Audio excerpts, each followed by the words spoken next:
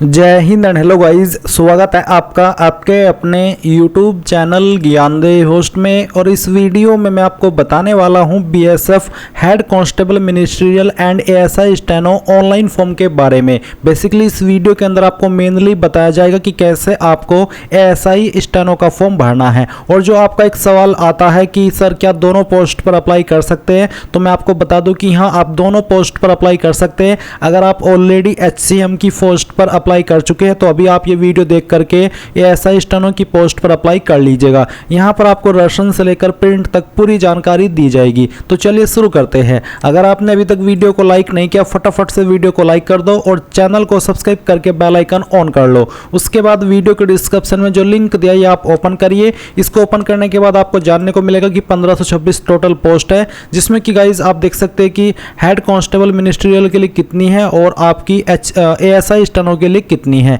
Qualification आप देख सकते हैं।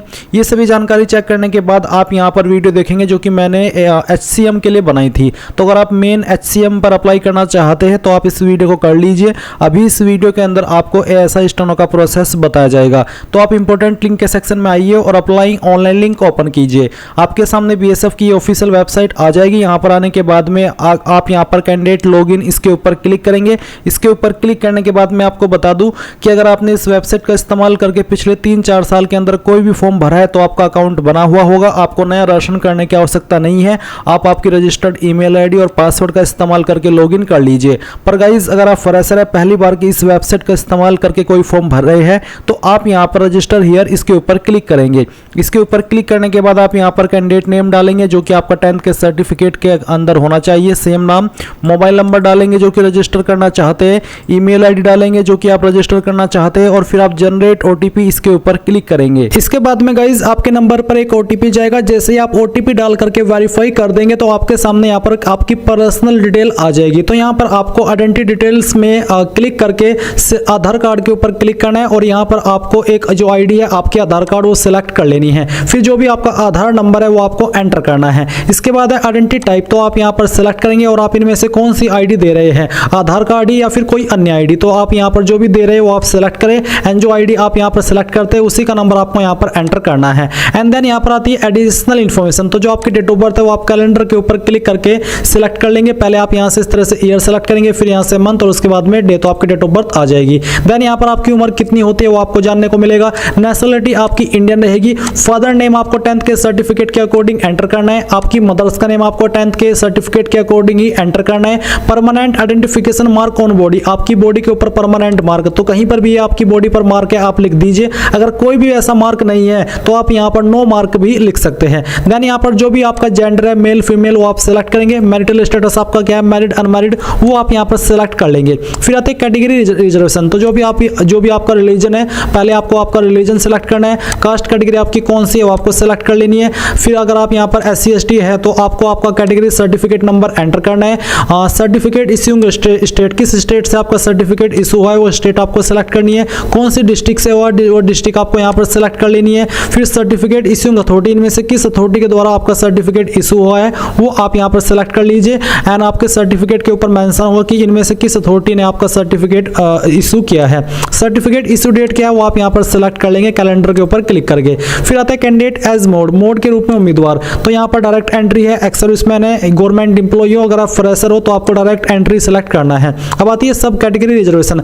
Are you differently abled person, क्या आप विकलांग है, अगर हाँ तो यस करें, नहीं तो आपको नो करना है। क्या आप एक्स सर्विसमैन है, अगर हाँ तो यस, नहीं तो यहाँ पर भी आपको नो करना है। डिपार्टमेंटल कैंडिडेट तो आपको सिलेक्ट करना है सेंट्रल गवर्नमेंट के या फिर स्टेट गवर्नमेंट के, अगर आप नहीं है तो आप नो के ऊपर क्लिक करेंगे और सेव एंड नेक्स्ट के ऊपर आपको क्लिक करना है। अब आपके सामने यहाँ पर एड्रेस डिटेल आ चुकी है। तो जो भी आपका परमानेंट एड्रेस है वो आपको आपकी आईडी के अकॉर्डिंग इस वाले कॉलम में पूरा लिखना है। एंड फिर यहाँ पर जो आपका पिन कोड है वो पिन कोड आपको डाल देना है। स्टेट आप यहाँ से अपनी सिलेक्ट कर लीजिए। उस स्टेट के अंदर आपकी कौन सी डिस्ट्रिक्ट है वो डिस्ट्रिक्ट आपको सिलेक्ट करनी है। फिर आपको आपके विलेज या फिर सिटी का नाम यहाँ पर एंटर करना है। आपका नजदीकी पुलिस स्टेशन कौन सा है उसका नाम आपको यहाँ पर लिखना है। एंड आपका नजदीकी पोस्ट ऑफिस यानी कि डाकघर कौन सा है उसका नाम आपको यहाँ पर लिखना है। नीचे आपका कोरेस्पोंडेंस एड्रेस यानी कि प्रेजेंट एड्रेस। तो जो आपने ऊपर भरा वो था आपका परमानेंट एड्रेस और नीचे है प्रेजेंट एड्रेस। अगर आपका परमानेंट और प्रेजेंट एड्रेस एक ही है, सेम है, तो आप यहाँ पर टिक कर देंगे। अगर अलग है तो अनटिक रहने दे और अलग से अपना प्रेजेंट एड्रेस फिल कर दे। और इसके बाद आप यहाँ पर सेव एंड नेक्स्ट के ऊपर क्लिक करेंगे। नाउ गाइस अब आपसे यहाँ पर कुछ कुछ और डिटेल्स मांगी है, जैसे कि डू यू हैव एनसीसी, क्या आपके पास एनसीसी प्रमाण पत्र है? अगर हाँ तो आप यस करें, और यस करने के बाद आपको बताना कि आपके पास ए सर्टिफिकेट है। अगर हाँ तो यस करें, नहीं तो आपको नो करना है। बी सर्टिफिकेट है तो बी में आपको यस करना है, और सी सर्टिफिकेट है तो आपको सी में यस करना है। बट अगर आपके पास नहीं है तो आप नो कर दीजिए। फिर आपसे पूछे do you have sports achievement, अगर हाँ तो यस करें, यस नहीं आपको बताना कि किस लेवल की है, school level game, university level game या फिर स्टेट नेशनल गेम। अगर नहीं है तो आप नो कर दीजिए। फिर फिजिकल स्टैंडर्ड यानी कि आपकी हाइट कितनी है वो आपको सेंटीमीटर के अंदर यहाँ पर एंटर करनी है। चेस्ट आपकी बिना फ्लाई कितनी है वो आपको यहाँ पर लिखनी है। वेट आपका कितना है किलोग्राम के अंदर, वो वेट आपको यहाँ पर लिख देना है। Blacklist declaration, is there any criminal case pending against you, क्या आपके ऊपर कोई क्रिमिनल केस चल रहा है? अगर हाँ तो यस करें, नहीं तो आपको नो करना है। एंड देन आप सेव एंड नेक्स्ट के ऊपर क्लिक करेंगे। इसके बाद आती है क्वालिफिकेशन डिटेल, तो आप यहाँ पर अपनी जानकारी क्वालिफिकेशन की फिल करेंगे। मैंने अपनी जानकारी पहले से फिल करके रखी है। तो यहाँ पर जैसे ही आपको 10th की इन्फॉर्मेशन देनी है तो आप एसएससी मैट्रिक स्कूल सेलेक्ट कर लेंगे। फिर जो आपका 10th का सर्टिफिकेट नंबर है वो आप यहाँ पर एंटर करेंगे। अगर आपके सर्टिफिकेट के ऊपर सर्टिफिकेट नंबर नहीं है तो आप यहाँ पर जो आपका सीरियल नंबर है सर्टिफिकेट का वो भी दे सकते हैं। इसके बाद यहाँ पर आपको ईयर ऑफ पासिंग बताना कि किस साल के अंदर आपने आपकी 10वीं पास की है, किस स्टेट से की है वो स्टेट आप यहाँ पर सेलेक्ट करेंगे, एंड किस बोर्ड के द्वारा की है वो बोर्ड आप यहाँ पर सेलेक्ट कर लेंगे। अगर आपका बोर्ड यहाँ पर है तो आप यहाँ पर वो बोर्ड सेलेक्ट कर ले, नहीं तो आप यहाँ पर अदर बोर्ड भी सेलेक्ट कर सकते हैं। एंड जैसे ये सभी जानकारी आप सेलेक्ट कर लेंगे तो आपको ऐड पर करना है। ऐड पर क्लिक करने के बाद में यहाँ पर आपकी जानकारी 10th वाली सेव हो जाएगी। फिर इसके बाद आपको सेम तरीके से 12th की इन्फॉर्मेशन देनी है, जिसमें कि आप यहाँ पर 10th की जगह पर इंटरमीडिएट सेलेक्ट करेंगे एंड बाकी की जानकारी ऐसे ही भरेंगे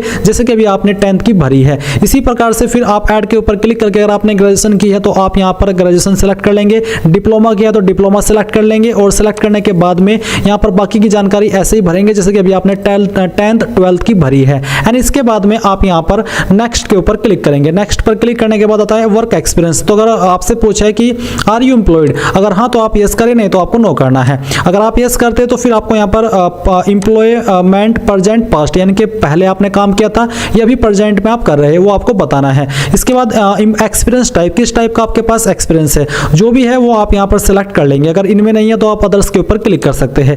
एम्प्लॉयर टाइप, जहाँ पर आप काम करते थे वो कंपनी किस तरह की थी, central government, state government, Uttarakhand state government, other state government, constable, head constable, जो भी है वो आप सेलेक्ट कर लीजिए। नेचर ऑफ एम्प्लॉयमेंट, परमानेंट थे, टेम्परेरी या फिर कॉन्ट्रैक्चुअल, वो आपको सेलेक्ट करना है।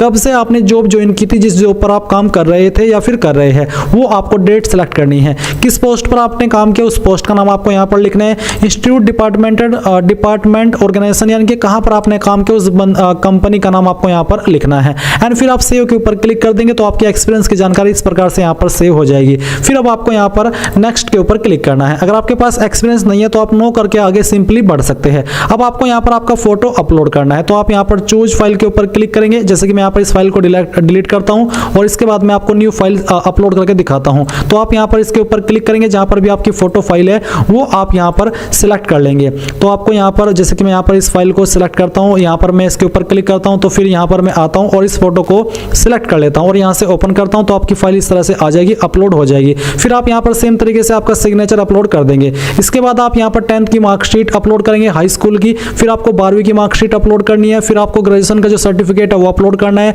अगर आप SC ST OBC है तो आपको कास्ट सर्टिफिकेट अपलोड करना है। अगर आपने एक्सपीरियंस की जानकारी भरी है तो आपको उसका सर्टिफिकेट अपलोड करना है। एंड यहाँ पर आप देख सकते हैं कि फोटो का साइज 30 से 100 KB, साइन का साइज 20 से 50 KB, qualification, caste, experience certificate का साइज 30 से 100 KB और फॉर्मेट इनमें से कोई भी चल जाएगा। तो यहाँ पर ये जो मैंने डॉक्यूमेंट अपलोड करके रखे ये मैंने डेमो के लिए रखे, क्योंकि इस फॉर्म को मैं डेमो के लिए भर रहा हूँ ताकि आपको बता सकूं कि कैसे आपको फॉर्म को भरना है। तो जैसे ही आप सभी डॉक्यूमेंट अपलोड कर लेंगे आप यहाँ पर टिक करेंगे एंड आपको सेव एंड नेक्स्ट के ऊपर क्लिक करना है। गाइज जैसे ही आपकी प्रोफाइल कंप्लीट हो जाएगी तो आपको यहाँ पर होम पेज पर क्लिक करना है। इसके ऊपर क्लिक करने के बाद आप यहाँ पर देखेंगे कि आपको ये वाली वैकेंसी देखने को मिलेगी जिसकी लास्ट डेट 8 जुलाई 2024 है। मैं आपको बता दूं कि ऑलरेडी मैं HCM की पोस्ट पर अप्लाई कर चुका हूँ। मैं यहाँ पर आपको एक बार दिखा भी देता हूँ।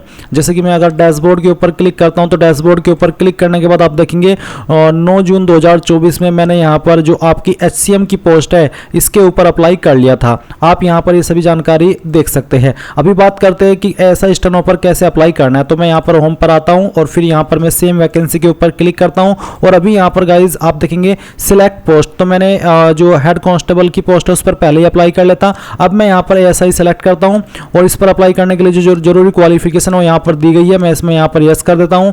यस करने के बाद में फिजिकल कैटेगरी, अगर आप अदर है, इन 2 कैटेगरी के अलावा जो ऊपर दी गई है, तो आप यहाँ पर अदर कैंडिडेट सेलेक्ट कर लेंगे। फिर बाकी की जानकारी आपकी यहाँ पर दी गई है। आप 12वीं का सर्टिफिकेट अपलोड कर देंगे। प्रेफरेंसेस अगर आप यहाँ पर चेंज करना चाहते वो आप नहीं कर सकते, क्योंकि यहाँ पर आप ऑलरेडी इन प्रेफरेंसेस को HCM के अंदर दे चुके हैं, इसलिए आप इनको चेंज नहीं कर सकते। इसलिए आप सिंपली सेव एंड नेक्स्ट के ऊपर क्लिक करें और आपके सामने ऊपर आपके द्वारा भरी गई सभी जानकारी का प्रीव्यू होगा।